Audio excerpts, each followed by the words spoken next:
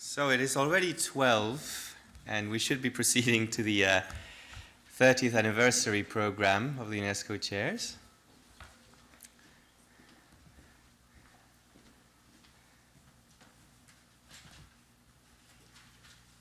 There you go.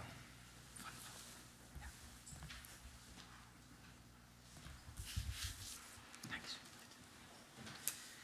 So, yes, it's already 12, and we try to hurry up because we know that you might be hungry and won't torture you too long. So, goodbye. Thank you for your contributions. Okay, so let's move on to the 30th anniversary of the UNESCO Chairs program. So the UNESCO Chairs program is getting 30 years old in this year, 2022, and we're happy to welcome you to this celebration of this anniversary. So just for those of you I haven't spoken to already, my name is Marlene Meissner. I'm from the German Commission for UNESCO and head of the Department Heritage, Nature and Society. And the Chairs program is an important unit within our work at the German Commission for UNESCO. And in this department, we are focusing on the implementation of a diverse range of UNESCO programs. And the Chairs programs was established in 1992 to advance research, training, and program development and higher education. So, because when we started this morning, there was a question: what makes up a UNESCO chair? So, at least the UNESCO Chairs network is about building or creating networks of different universities and encouraging inter-university cooperation through the transfer of knowledge across borders. So this is maybe what makes up the UNESCO Chairs network.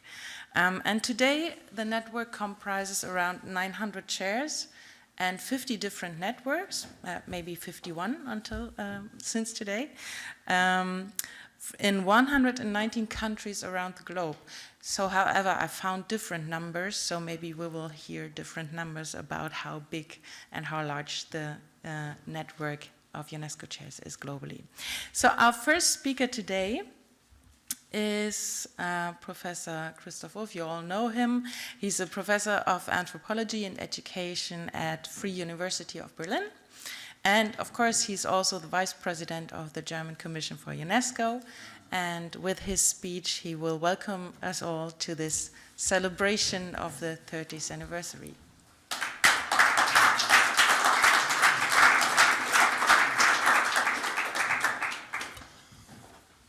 Well,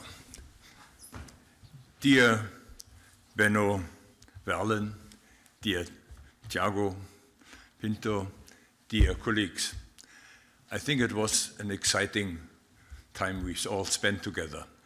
It was really very challenging to get these different views on the topic of sustainable development.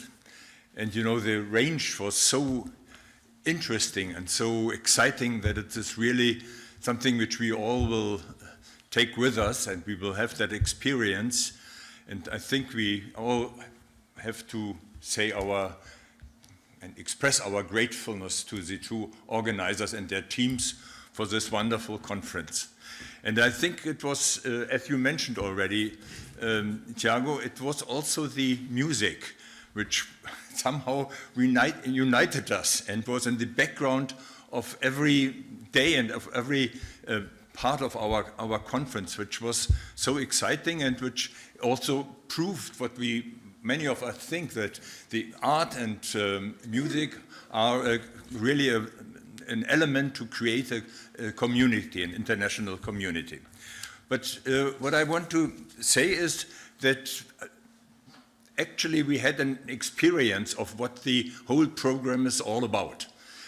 It was interdisciplinarity, and it was interdisciplinary, not only interdisciplinary, but also it was an international conference. And we had this kind of mixture. We had common goals and common topics, and on this other hand, we had also a variety of differences and could feel them. And I think this is mixture of universality and particularity is characteristic of the work we are all facing, and you with the UNESCO chairs are about to realize.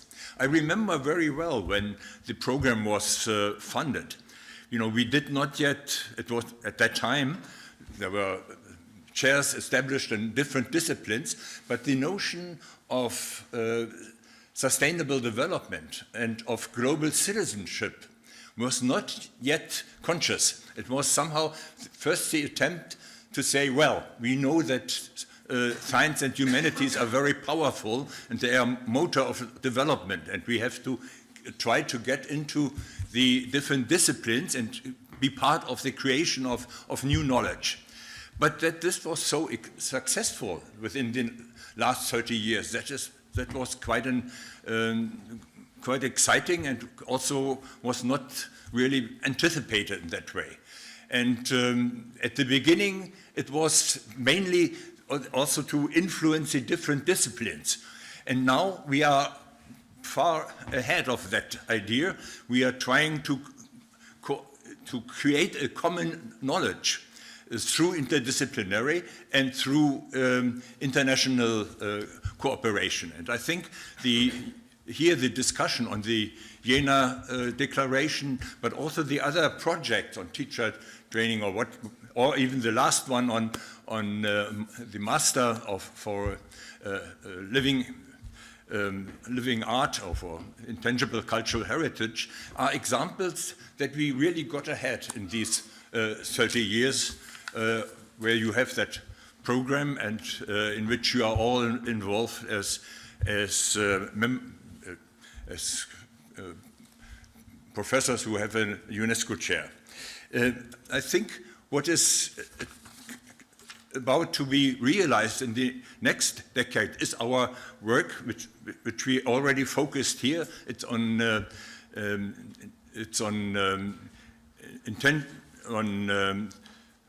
I would put it that way, on sustainable development on one hand, and on the other hand, it's global citizenship. I think I mentioned that already yesterday. I think these two parts are very closely interrelated, because the goal of both topics is actually to create some kind of a planetary consciousness, but a planetary consciousness which takes into consideration the differences and the variety we have among us. And I think this conference here was an example for it. And I think we all can be very grateful to the organizers to have succeeded in organizing this conference that way. And as far as the German UNESCO Commission is concerned, I would like to express my sincere gratitude to the organizers and to all of you for participating in this conference. And I do hope that we can continue to work. In any case, the German UNESCO Commission will support your work.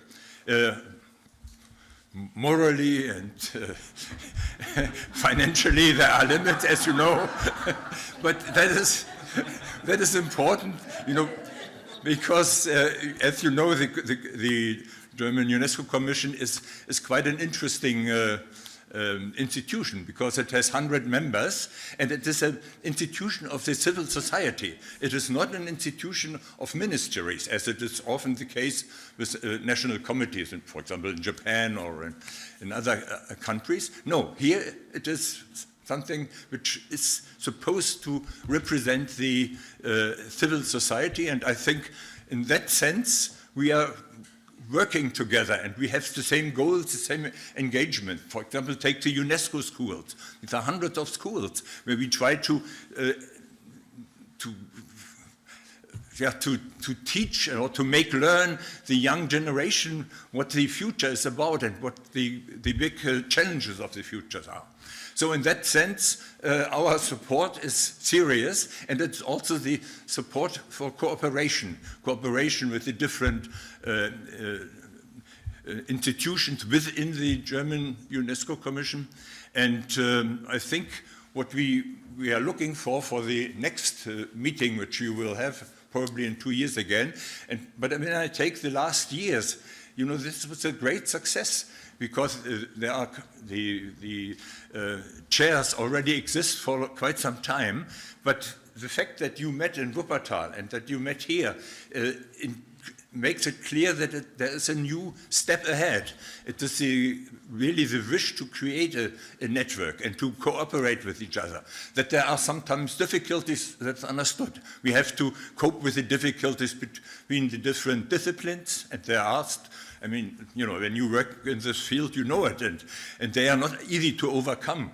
The differences of the worldview in the natural sciences and in the humanities exist, and we have to work on them. The same is true for the differences between the different cultures, which are also essential and have to be accepted and have to be used as a basis of our work. So anyway, I would like to express my gratitude again and also confirm that we are very much interested in stimulating the future work of the UNESCO-Chair group, I would put it that way. And it will be a great pleasure to continue this cooperation also in other conferences and other contexts. So in that sense, thank you very much for being here. Thank you for having done this wonderful conference. And it is also wonderful that this goes together with the 30th anniversary of the program. So, okay.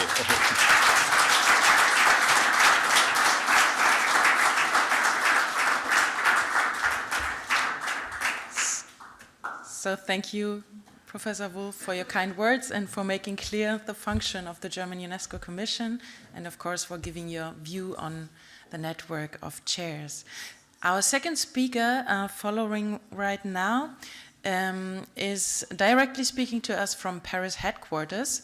He's Sobhi Tawil, the director of the Future of Learning and Innovation team. And at Paris headquarters, he's responsible for the network of all UNESCO chairs worldwide. And this network, of course, is truly successful, but it also shows some weaknesses. For example, there is a geographical imbalance in favor of the global north in this network. And also there is another imbalance because in comparison to the natural sciences and to education and human sciences, there's also an underrepresentation of the research fields communication and information, as well as culture. And last but not least, there's also a lack of active interaction by a large number of chairs in this network worldwide. However, you, with your presence today, you hold up to the major goals of the network, namely to advance this inter-university cooperation and to establish a dynamic interaction between the chairs and UNESCO. So now let's listen to Mr. Tawil's congratulations for the 30th anniversary and also be prepared for an invitation to Paris headquarters. And I hope it's loud enough.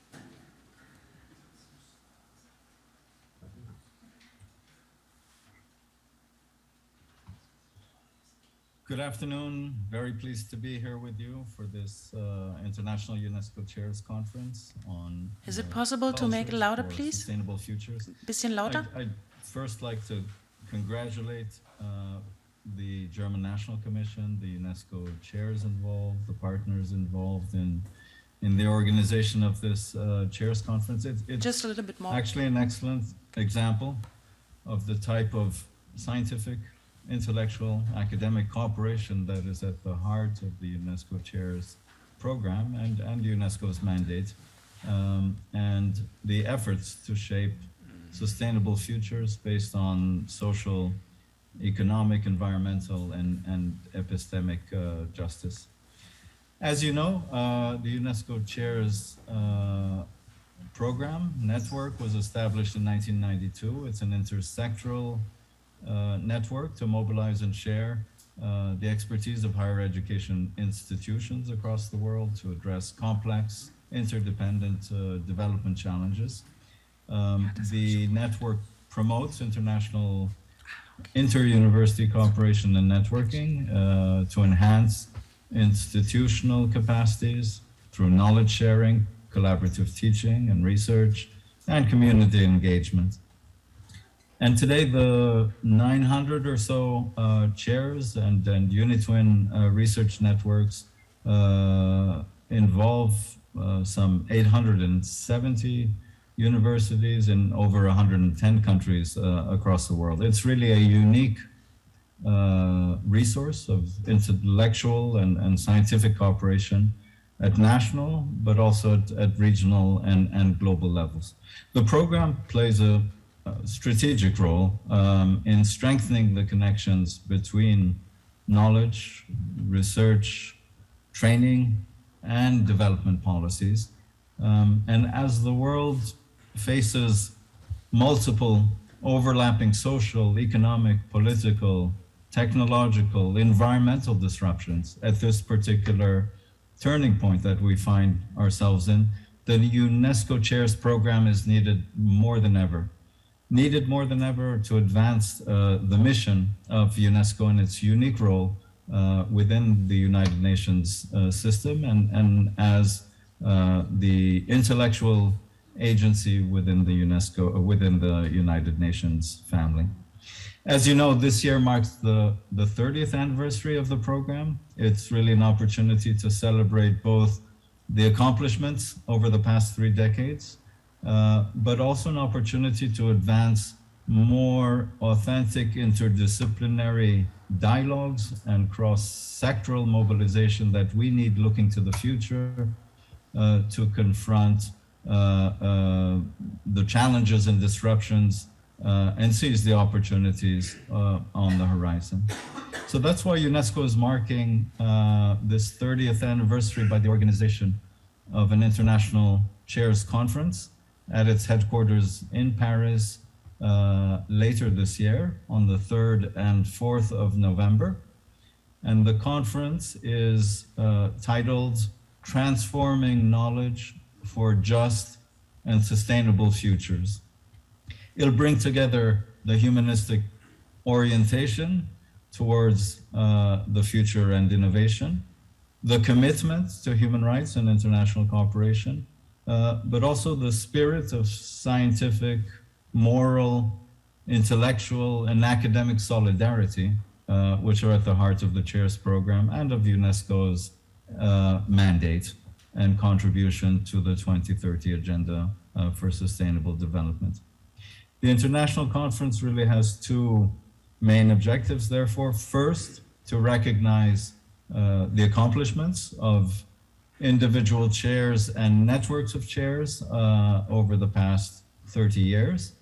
And against the backdrop of the evolution of our world since the early 90s to the point, this particular historical juncture that we find ourselves at.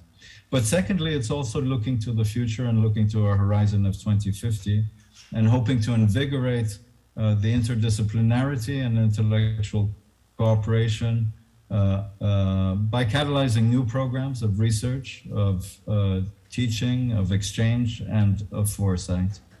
So it's both a retrospective, looking back 30 years, and a prospective exercise looking to a 2050 horizon. What we really hope going forward is to better leverage the collective intelligence of the network. And this is what we really need to address the increasingly complex and interdependent and uncertain development challenges and future disruptions.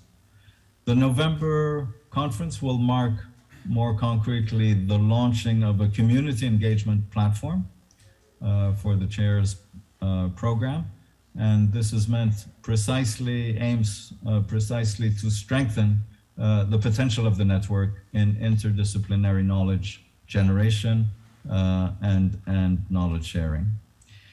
But the conference will also be the occasion to launch a Futures Observatory with the intention of better leveraging the collective capacity of the network to imagine and to shape more just and sustainable futures. So we look very much forward to the results and proceedings of this conference, and we very much look forward to welcoming you in Paris in November, 3rd and 4th November, for the International Chairs Conference to mark the 30th anniversary, both accomplishments and looking to the future. Thank you very much.